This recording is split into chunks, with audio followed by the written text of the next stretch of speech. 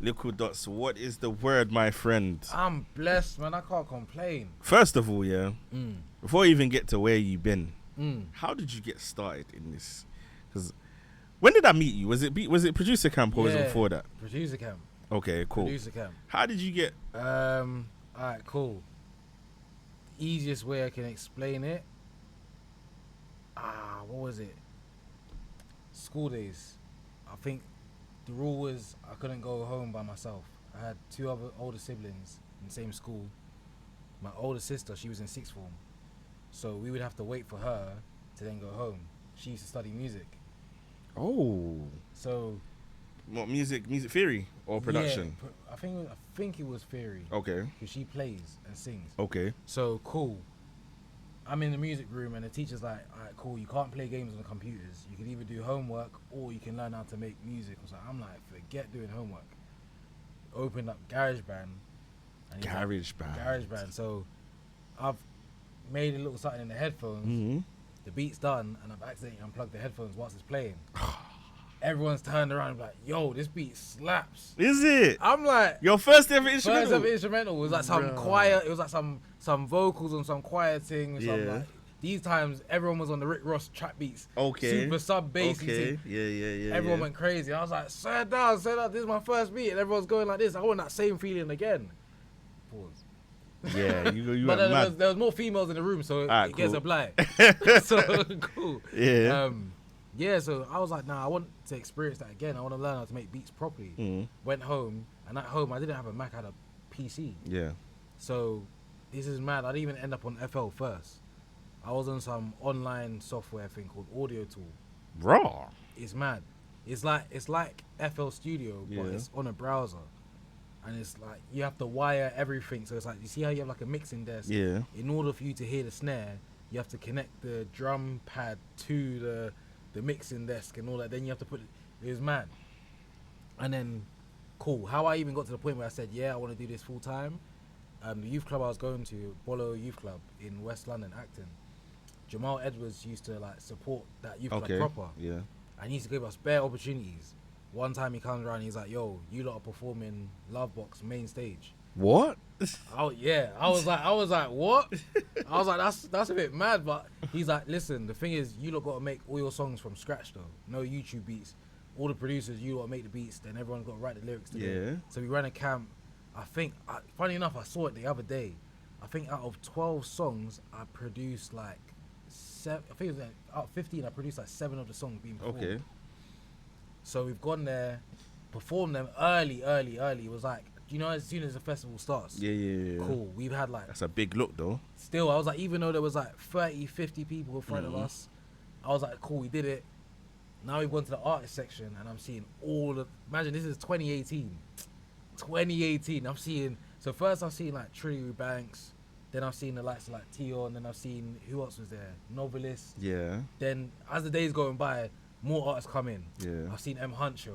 Then I've seen J Styles. Scraps in them and I've come through. How old is you at this point? Bro, I'm like...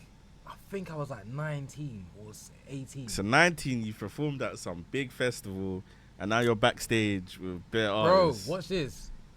It gets madder. When I say the day gets crazier, cool. Then I see Georgia Smith. Then it's like the names are just getting bigger as the day goes by. These times I didn't watch this. I didn't know who they was at the time, yeah. But I've met Wu-Tang Clan. What? I've met Wu-Tang Clan. They performed that day. Yeah. Pharrell Williams come through. Bro. What I say? If I had your starting, what? It's mad. It's like in my head I'm thinking there's no way this can be my entry point. Like at this time, I'm like half in, half out on producing. I'm just doing it as a hobby. But that day, I was like, nah. Every year I've got to have an experience like this where I'm like shoulder to shoulder with people like this. And I have not got at this point, I haven't got a single song that I produce that's out on streaming platforms. So I was like, what? That's day, a blessing. And you know what's even crazier? Yeah. Little bit of an insight. Out of all my other siblings, they've all done music, but they've never been able to do it properly. Cause I come from like a Christian home, innit? So okay. Yeah. So even with this me performing there, I said to my brother, yo, tell mom I'm staying at your house, but really and truly I'm going to this show.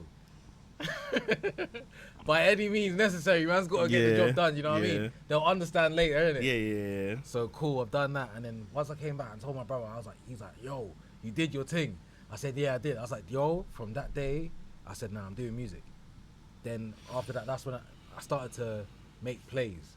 My mind was just like, I couldn't fathom doing anything else but producing.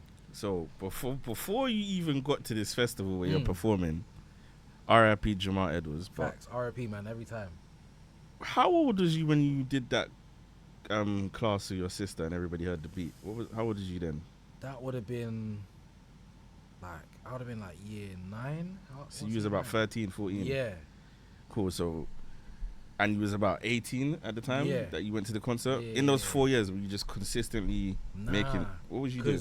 So I was only able to make beats or find time to make beats after I did my homework or holidays. So you was intermittently making? Yeah, okay. so every summer I was locked in. Like, I mean, my day, during the summer, my day would look like playing Call of Duty, or is like before Call of Duty, it was like PS2. I was locked in on PS2, like Dragon Ball Z or whatever, and then it's just making beats. Okay. Then I'll do other activities, and then it's like summer's done. I don't know how time just flies by, but summer's done. Yeah. And then it was just on and off. Cause then year 10, year 11, I was getting up to nonsense. So they saw me making beats as a luxury, so they clearly took that away. They was like, yeah, you're not paying attention in school, you're getting excluded. I got sent through in year 11 when I was supposed to be doing my exams. And then, cool, after that it was like, also, another insight, because all my siblings are known for doing music as well, I'll go church, and they'll be like, oh, because of your last name, surely you must sing, surely you must play an instrument. I heard that, I was like, nah, I'm my own person. There was a point where I was like, I don't want nothing to do with music. I'm my own person, I'm going to do whatever I want.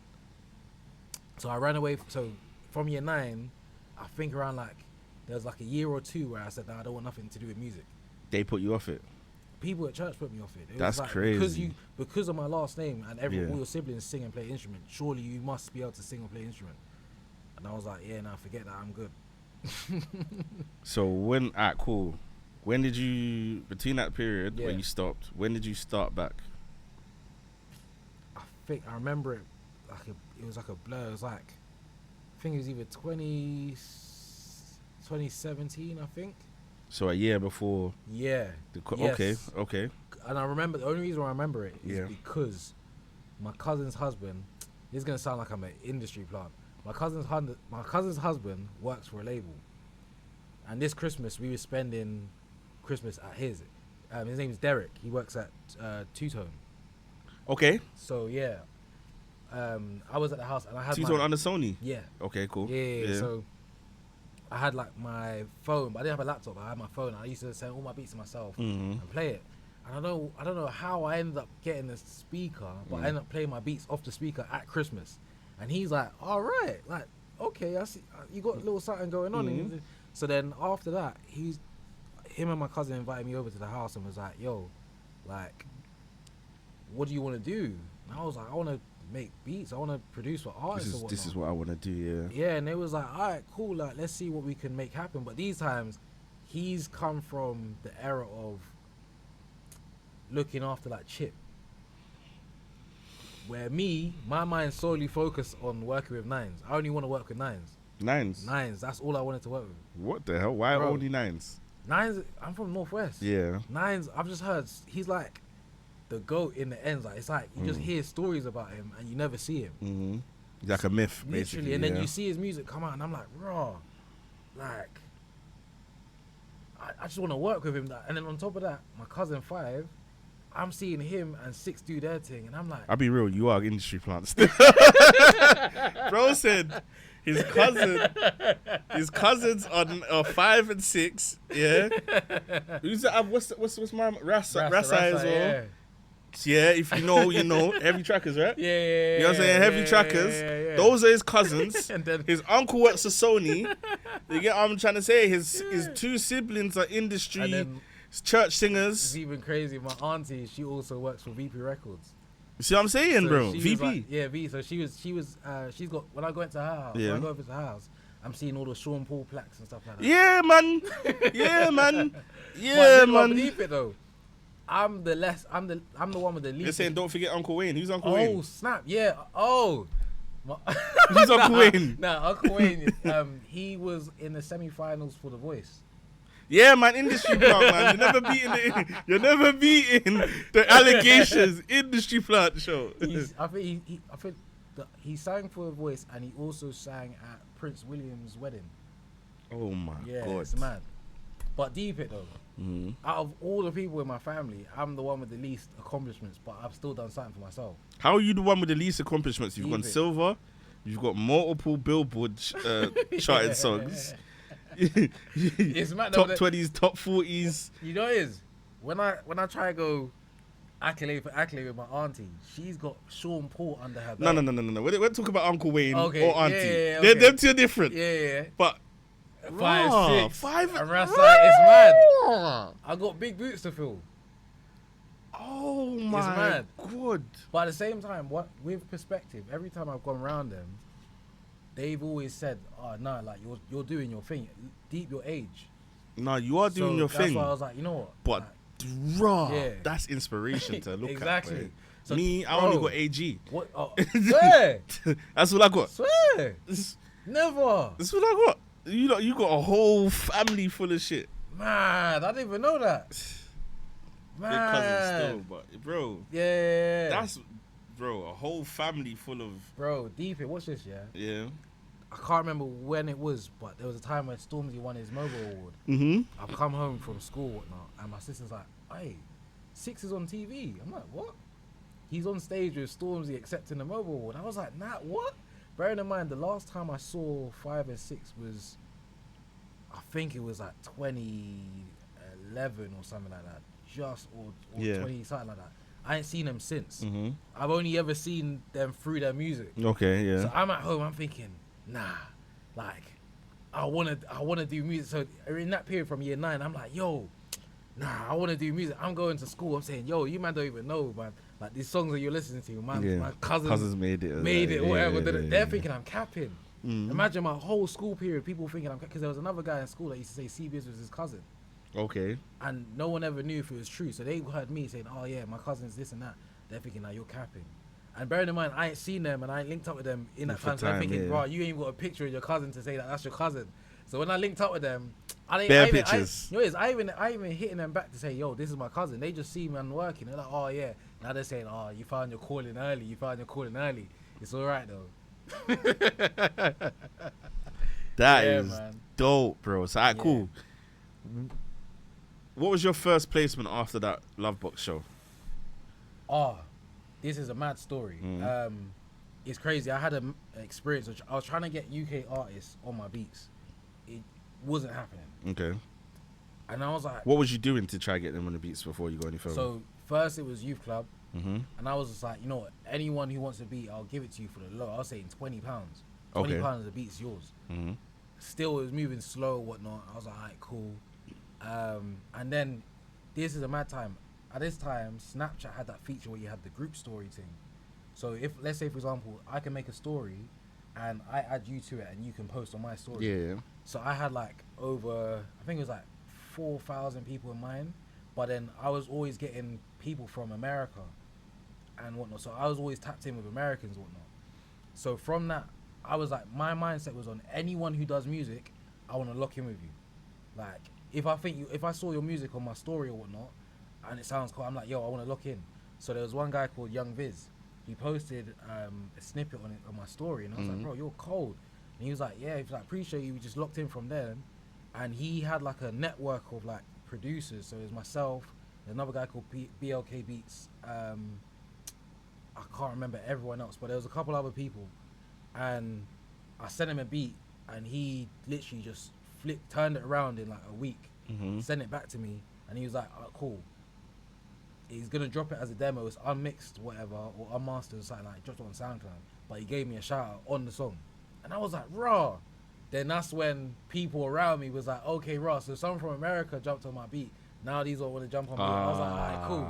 But I was like, I'm not complaining. Yeah. I still need the motion anyway, do you know what I'm saying? Funny enough, this is why the story's mad. The other guy, the other producer, who was in that circle, BLK Beats, he produced Snooze for SZA. The same guy, Young Viz, he wrote one of the songs. He wrote No Parties for Coil Ray. He did one of the songs on the Fast and Furious film. Industry plant, bro. Nah, bro, it's not. It's God's plan. It's God's plan. Nah, I'm not saying it's not God's plan for you to be an industry plant. I'm just saying industry plant. Fairs. Nah, but the story, when I look back, I'm like, the story is mad. Nah, it is mad because it's blatantly not an industry plant thing. It's just the stars aligned. Facts. Even then, it's like, my brother told me from way back, he was like, you should write everything that's happening. Because I would always shout my older brother and say, yo, like this, every week he'll see me. Like, I'll tell him, I was like, yo, this is what's going on. He's like, bro, this sounds like a movie, bro. You should write this stuff down. I didn't write it down. I was like, I'll remember, innit? I'll remember. I was like, you see me, I'm a bit of a rebel, so I like to go and do my own thing. Even if the advice sounds like it should be good, I'm like, I don't know. But some advice, or most advice, I would take in. But yeah. Funny, my brother's in here as well. Yeah, I got you. Yeah, but literally, yeah. But then, okay, let's say first placement that I actually got out was with Rimsey. Your first placement in the UK is Rimsey. Yeah, Rimsey. Industry plant. I'm not hearing nothing. You have the career of dreams, bro. Yeah, it doesn't make sense. It doesn't make sense. It's mad. Oh, man. Story's mad. Rimsey's your first. Yeah, his voice of the streets. Wow. From what I remember. So, how did you get in, like, to drill from? Drill? Yeah, from there. This is a funny story. This is such a funny story. Which you gonna name drop now? Okay. So let me tell you my mind frame. All right, cool. This is when drill was like starting to pop up. It was like around Russ Gunlean times. 2018-19. Yeah. Okay. So you remember how I said my cousin's husband Derek, who works at Two Tone. Yeah. So obviously they're much older and I'm much younger, so I'm more in tune as to what's going on. Basically. Yeah. So with that being said, back then you could tell what was going to be a hit based off of Instagram solely. If you tell me you got an artist signed right now, I'm gonna go mad. Go on, carry on. Go on. Alright, cool. So I would tell my cousin, yo, this song's gonna go off. I think the first one I told him was Gunlean. Okay. They reached out. They had a phone call with Mr. Watt, and they was like, bear in mind, these are like, they're used to dealing with pop basically. So drill. Speaking to Mr. Watt, they was like, this is a completely different language. This is not going to work red to tear. They're like, Gun, the title Gun, it's not going to work on radio, blah, blah, blah. Long story short, I was just basically saying which songs are going to go off. They tried to sign it, and it just kept falling through. The last one that I told them was Pounds. Pounds when he had, I think it was Opfort. Okay.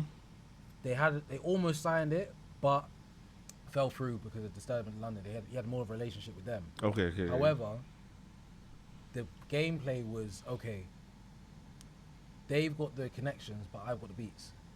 So Two Faded, they're like duo producers. They was like, okay, cool, even though we fell through with the signing, let's get a session in and we'll see what we can make of it, blah, blah.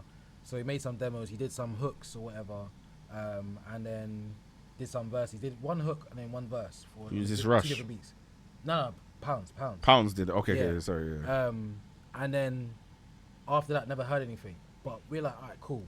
Let's try and make a play with this. They went to a camp in, I can't remember what country it was, but they went to a camp with Warner, met a guy called Kid Ko from Spain. He was like, yo, I love drill. Like, right, he proper knows UK drill. Like, he's a fan of it. So he was like, oh, would you want to do a song with UK artists? And he was like, oh. He's like, yeah. He's like, let's try and get some artists. This was early days, so it's like, UK artists collaborating with European artists was not a thing. Yeah, they didn't understand it. Shouted so many man, and they was just like, yo, some of them was like, they got to pay a mad fee. Some of them was like, why would I do a song with this guy? Bear in mind, this guy's got 3.something million followers. They weren't seeing monthly the vision. listeners is like 4.5 million, 5 million, 100 million streams minimum on all his songs and whatnot. I'm like, you're not seeing the play. Finally, we was like, oh wait, we got the verse from Pounds and whatever. So we sent that over. He was like, yeah, I want to use it for my album. he was like, after the business got sorted out, got released, that was my first drill song release, and that was like what, #2 on the album charts in Spain for about a year, I think. This guy has, yeah, you got the career of dreams, bro. But side note, where I actually got into drill properly around like producers and artists, Finesse Forever. Okay. So how did you meet Finesse Forever? Cool, watch this. I wanted to work with AM and Skeng though, so much, and I realized it's not gonna work because they've already got producers that they already rock with. So I was like, let me see if they got brethrens that make music that they support, then I can go through that way. So I met a guy called Loud22, worked with him, and then right after that, the whole situation with IVD happened. With Renee, like, Renee, where are you? Da-da-da. I saw her make music right after that, and I was like, hold on, let me think smart. I was like, there's no IVD type beats on YouTube. Okay. So I just made a beat. I was like, oh, cool, this one sounds like IVD could jump on it. Made the beat, put on Snap, and she saw it, and she's like, raw, I got a type beat. She hit me back, she's like, yo, let's work to the rest of the whatever. Then it comes to handling the business. That's how I get in touch with Finesse Forever.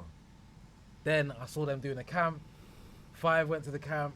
Then I was like, yo, I want to roll to the camp. They was like, cool, the next one come through. I was like, say less, I'm in. Then I'm in, I'm rubbing shoulders with Ghosty, Gotcha, Madara, Caesar. I'm thinking, oh. Is that the one before the one I met you at, the one after? I think the one before. Okay, cool.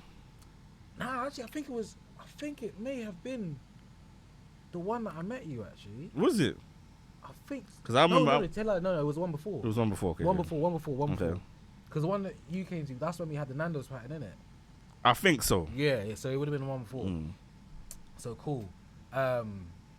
Yeah, I've literally, I'm thinking, bro, this is insane. I'm with Ghosty. Like, Ghosty's produced No Diet. Gotcha's done Gunny. Madara and Caesar, I think at this point, Caesar's done Dig That Air Force. Madara's done No Kettle, Heady One. That's my favorite song on Heady One's tape. Yeah. And I was like, bro, this is insane. Then I've met, that's where I met ES. That's where I first met ES. Like, as in we've linked up and whatnot. Bro, it was just mad. It was insane. I was like, and you see my hustle, it was insane. Like, you see my thing is, my mindset was, if I get opportunity to do some work, I need to leave an impression. So I'll be the first one there and the last one to leave. And then the first one there, the same day, that next day. As in the sessions, the camp will start, let's say 4 or 5 p.m. It will finish 3 a.m. I'll go college, come home, then go right back. Same thing again. That's cold still. That's the difference between me and Likkledotz. So I'll go there 9 p.m., 10 p.m. Yeah. I leave at like 1 a.m. They get me. Yeah. I was not there for long. Wait, but then even this, the story, when I say the story is mad, I just got to thank God sometimes, you know. You have to. Because you see, remember, when I met you, that was the second camp. Yeah. I didn't know what they was doing, but remember SK and TK and JB was doing the thing where he's like, alright, cool, we're going to see who works the hardest and who makes the right beats to bring to America. Yeah. So at this point, I'm still struggling to get some cuts out. Went to America, like beefing, not even beefing artists, but artists aren't even trying to hear me when I'm saying my prices for beats, and it's not even that mad. So cool. Oh, you told me off. Yeah. So cool. Man's gone to LA in sessions with Fivio Foreign. Then I'm with his cousins, Bino, Gino, met Young Customado, Lil TJ's come or whatnot. Guys in the UK are thinking, bro, this guy's gone, he's not coming back. So now everyone's shouting me and say, yo, when are you coming back? Let's lock in. Cool. Come back to London. The same day that I came to London, Gotcha couldn't make a session with Rams. And they was like, cool, Capri's going to be there to engineer the session. Can you send some beats? I sent 2 beats.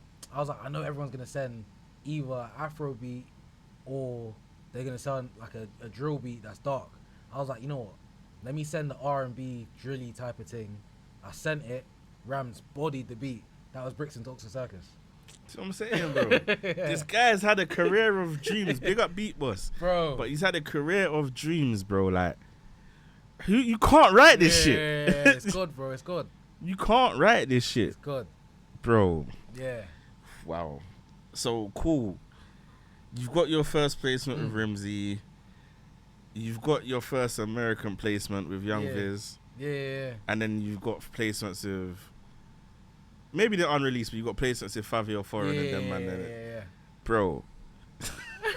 It's a joke, chat. It's a joke, but mad. Cool.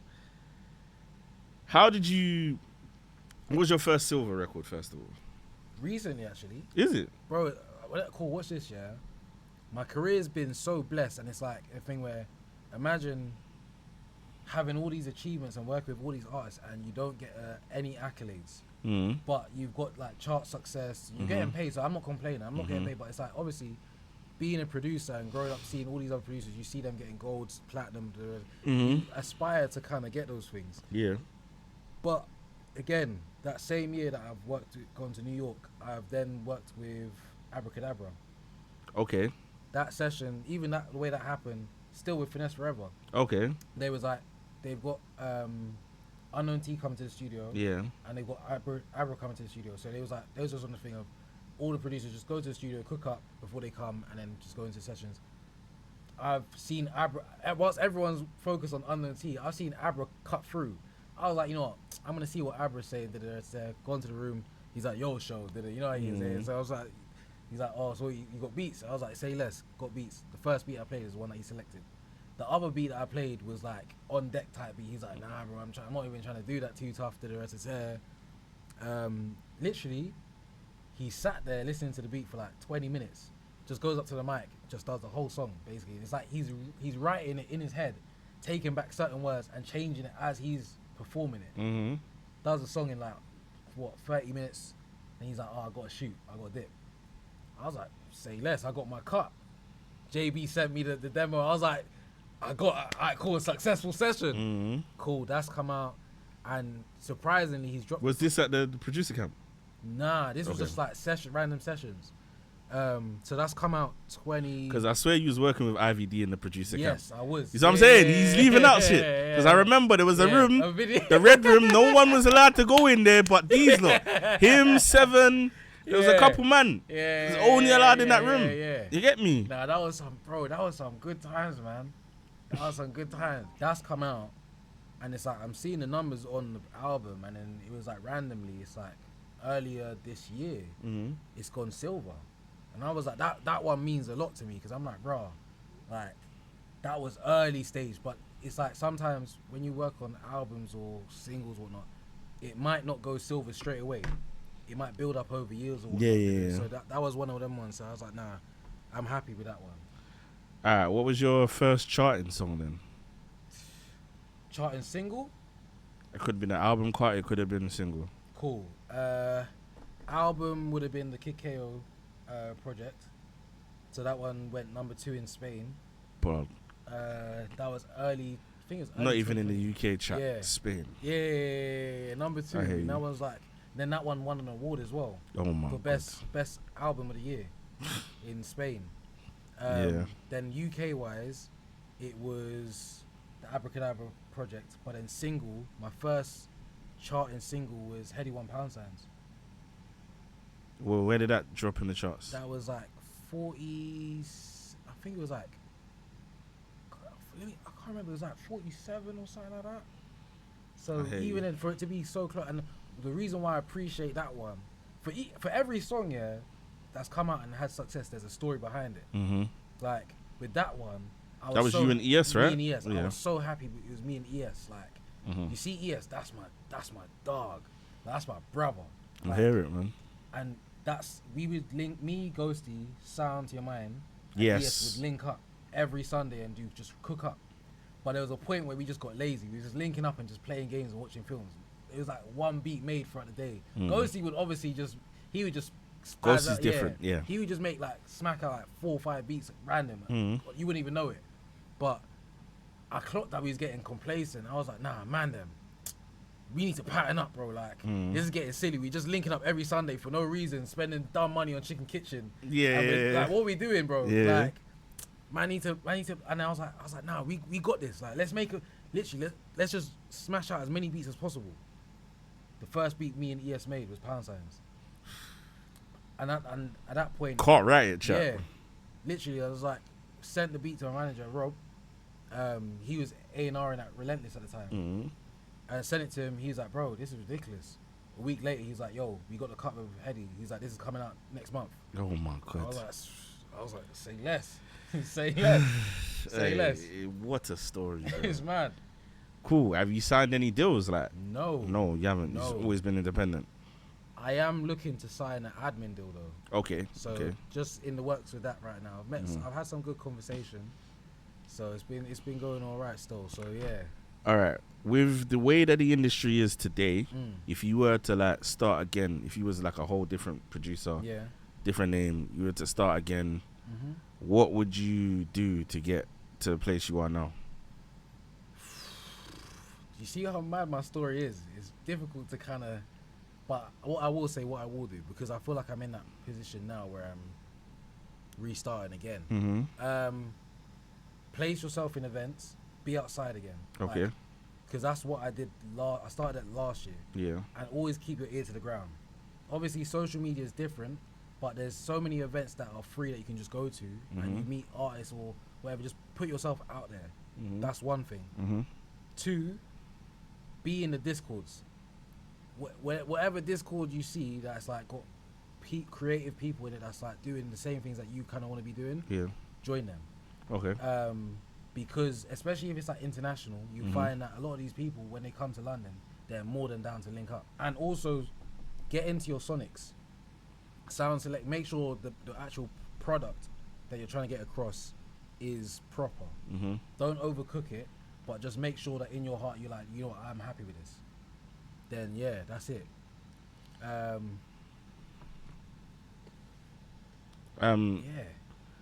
Do you think that the type beat on YouTube thing is played out, or you can still cut through with that? I don't know, because you know what, I've always understood things like, I always knew type beats was never for me. Even though I did it and it worked for a bit, I knew it was never for me. So I'd see it work for Ghosty, Madara, Caesar, and them, and I was like, okay, it works for them. But there's this one saying that always rings through my head that my dad always says, is that cat and dog don't have the same luck. So it might work for you, and it might work for even though in context it was meant for something else, I still applied it for a lot of different situations. So it's like I tried the YouTube thing, and it worked in a particular way. Whereas I would bang like 1K views per beat, and that was perfect for me because artists would see that and be like, "Rah, it's a hard beat, and not many people have seen it." So now I can grab the exclusive, because I was like, I'm not leasing beats out. Okay. I don't like to give, this is gonna sound mad, I don't like to give multiple guys the same beat, do you know what I mean? So yeah, I was always on this, alright, cool, if I give you this beat, then that's for you, really, truly, no matter how much you pay for it. I wanna make sure that your thing, but then where I shine was in the studio. I'm more of the type You're a person, session producer. Session producer. So yeah, I mean, each to their own, innit? Like, I see some producers, depending on the genre of music you're producing, it can work, but I haven't looked into it as much recently. Okay. So yeah.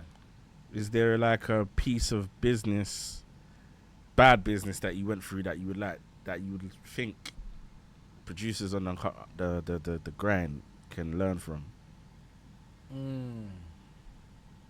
Bad piece of business.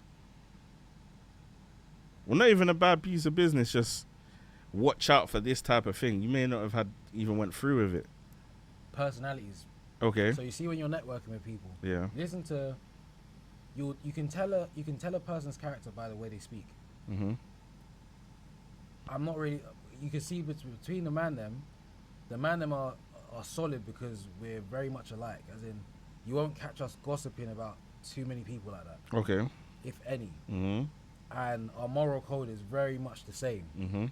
And we all have good hearts. And when you have good hearts, people can abuse that. Okay. So not necessarily what's happened to me, but what's happened to some of the man them, as in people asking for money, and it's like, it's kind of like robbery, but it's because we have good hearts, we give it, but it's like, it's not being given based off of what you're asking it for. So imagine I shout at you and I'm like, bro, Walkz, like, you know me, I ain't gonna shout you for bread out of nowhere. Like, do you know what I mean? But man's in a sticky predicament. Can you slide me a bit of change? That happens, yeah. With prosperity, that happens. Yeah, that's cool. But then we end up finding out that the money was being used for nothing. Like, complete. When I say the maddest thing, I'm like, bro, this is it changed the man. I'm not gonna lie. I hear you. It changed the man. I hear you, and I know. Yeah. I know some. You lot are generous still. Yeah. Mon said one of my favorite songs of his is LD Million. Yeah, bro. That was a story as well. I'm not gonna lie. Go ahead. That was a story. Go ahead. Cool. Without going into too much, I'm gonna speak. Cool.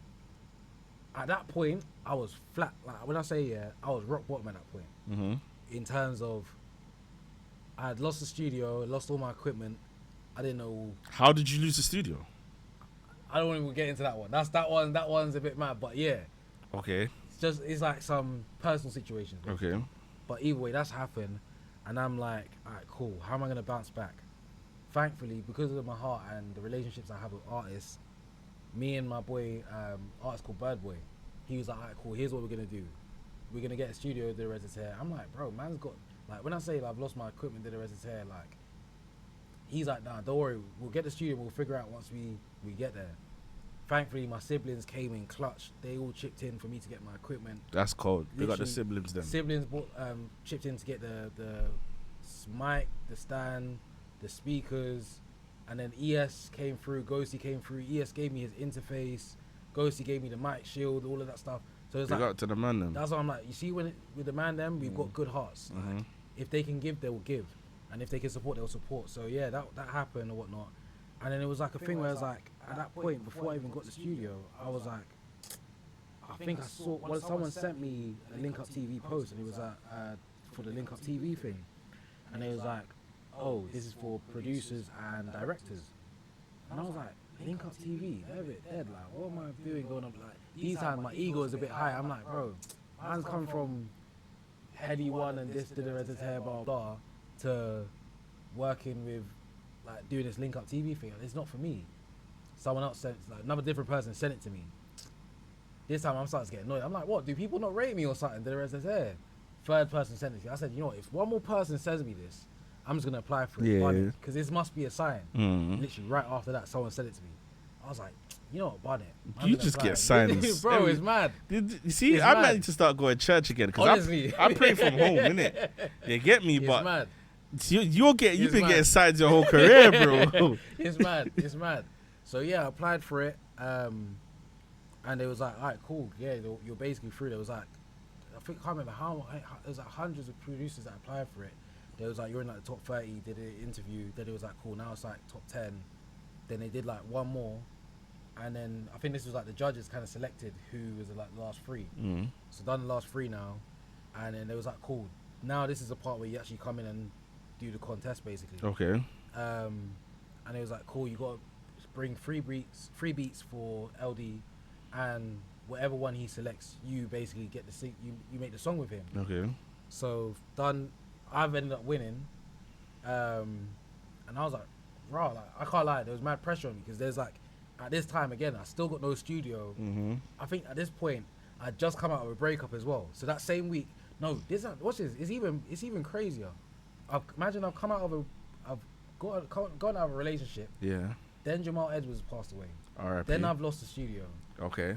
Then I've applied for the thing and got in, and it's like I'm on camera, and if you look back on the footage now, and you compare it to how I am now, you think, right, yeah, he was going through it. It was like he's not fully himself. Yeah. But either way, I persevered through it, and that kind of gave me a bit of like a boost. Okay. I'm like, okay, like I'm getting back on track. Things are starting to happen again, and I thought that was gonna be it. Then Rashid's been like, okay, we're doing the video shoot, roll through. I was like, all right, cool, I'm just gonna come see behind the scenes. I was like, nah, we want you inside the video. I was like, swear down, cameo settings, like, say nothing, swear down. So cool.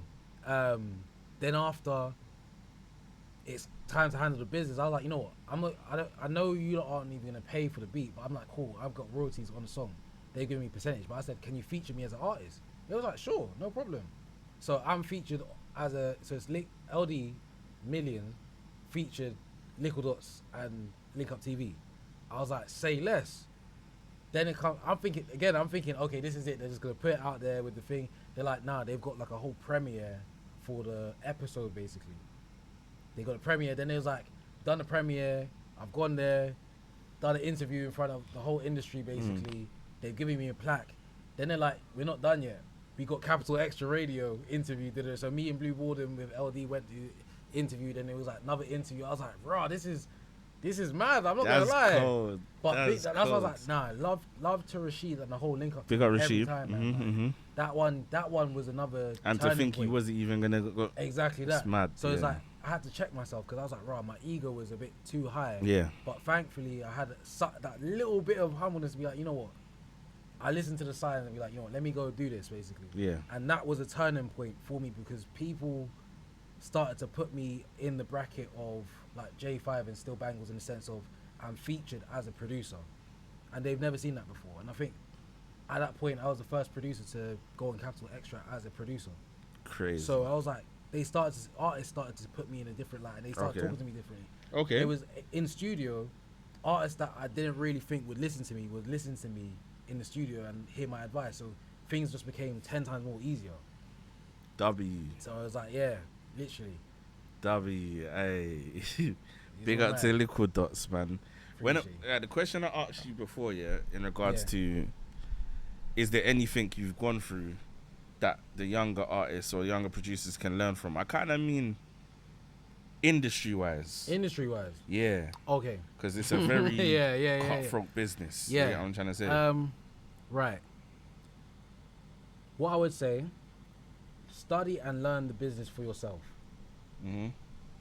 Because that way, no one, let's say for example, I'm blessed to have had people who are in the industry and know all information for me to go and ask them. But I also read books and understood the language. What books did myself. you read? There was 2 books that I read. I can't remember. There's a green one. It was like a Gen 4 music business book. By Anne Harrison? I think so. Okay. Yeah, I think you posted it as well one time ago. Okay. I think you have one of the books. Yeah. And there's another one. I'm gonna have to find it. I gave it to my niece or something like that. Okay, cool. But that was given to me by 5. Okay, big up 5. Five gave me those 2 books to read. So I would just read those 2 books. I didn't even finish the whole thing, but I got enough information to be able to go out. Because one thing I noticed was that you can read as much information as you want, but it's completely you have to apply it. It's completely different. Yeah. So even in terms of, let's say for example, industry standards, they say the producers like expected to get 50% publishing. That might not always be the case when you go to negotiate. But also knowing what you're knowing that information going in, you could be like, okay, like I deserve XYZ because I've done XYZ, blah blah blah. Or even when it comes to like recording or engineering, you might be able to get a percentage because of your input on the song. Yeah. Do you know what I mean? So structuring and shit like that. Yeah, so small stuff like that actually produce. So that's like producing rather than being on the laptop and stuff like that. So knowing the business is one thing I would say. That way, you're less likely to get swindled by someone who has more knowledge. Because that's one thing I saw when it came to production. The producers are getting younger and younger as we go on. Yeah. And they just want to enjoy making music, but then when it comes to getting paid, it's all great having cuts or whatnot, but when it's time to get paid, you don't realize, oh, the song's on 10 million streams or 100 million streams, and you've just signed away to get 1%. Darkness. And it's like the industry's so cutthroat. If you agree to it, it's your own fault. You gotta take it on the chin. Big up Rambo, big up Gotcha. Jeez, man, like Rambo, bro. You're actually gonna think man's an industry. Is he your cousin or something? He's my cousin's godbrother. See what I'm saying, bro? Man's growing up with him still. So Rambo's the industry plant too. Say no more. We know. We figured you out, show. We figured you out. Bro, it's mad. It's mad still. Hey, wow. Yeah. What a journey, man. What a journey, chat. What a journey, chat. It's crazy. But let me let them know where they can find you and all these type of things. You get me, and what's next for you? That's it. All right, cool. On socials, on Instagram, it's Likkledotz, LIKKLEDOTZ_OTB. Twitter, Likkledotz. Snap, Likkledotz. SoundCloud, Likkledotz. Spotify, Likkledotz OTB. That's it. What's next? I just dropped a single with As Heartless. Day 3 out now. I'm going Nigeria. We got a couple singles loaded. I won't lie. I'ma say this now. There's a rap artist that I'm working with called Tiny. We've got some bangers together. Okay. I want to do a joint project with him. Okay. Like, there's too many songs that we've got in the folder. I'm like, bro, there's no point in just sleeping on this. Let's just release this. I'm coming back to streaming. So thank you for having me. Thank you for inviting me to your humble abode. You know what I'm saying? So I'll be back on streams. Hopefully, I want to make sure. I want to try and get a stream out in Nigeria. Okay, yeah, do that. I want to try and get a stream out in Nigeria. Do that. What else is there? Oh, got my first pop cut coming out. I think next month or next 2 months. So yeah. Big up to Likkledotz. Yeah. Yeah, get me. Thank you for forwarding and get me my That's show. That's it, Showski. Yeah, get me and let us know who you want to see on the stream next, on the interviews and all of these type of things. It's big show. It's Likkledotz. We out. Peace and love.